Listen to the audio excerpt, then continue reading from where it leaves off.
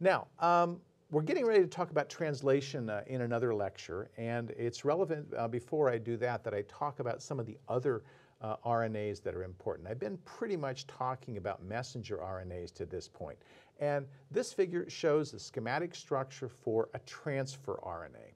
Well, transfer RNA is absolutely critical for the process of translation because with a transfer RNA, the transfer RNA is necessary for carrying, for example, the amino acid at the 3' end of the transfer RNA.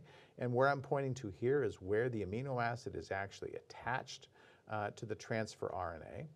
And it contains a sequence at the other end that the ribosome uses to say, well, what amino acid is attached at your other end. And this sequence is called the anticodon loop.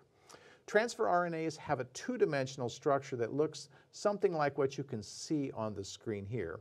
For our purposes, we're going to focus on that 3' end where the amino acid is attached and the anticodon loop down here because this is the part that's used by the ribosome to know which amino acid is being carried by the transfer RNA.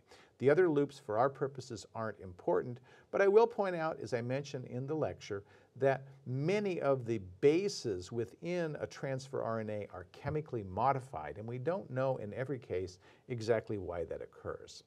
Now you'll note that I said that this structure is a two-dimensional representation of a transfer RNA. It turns out that the three-dimensional form is quite a bit different, and you can actually see that here. In the lower center part of the picture, you can see the two-dimensional representation of that transfer RNA, which is the most common one that you see. And to the left of that, you can see an actual three-dimensional depiction of an actual transfer RNA. So 3 dimensions gives quite a bit different perspective than what the two-dimensional image showed.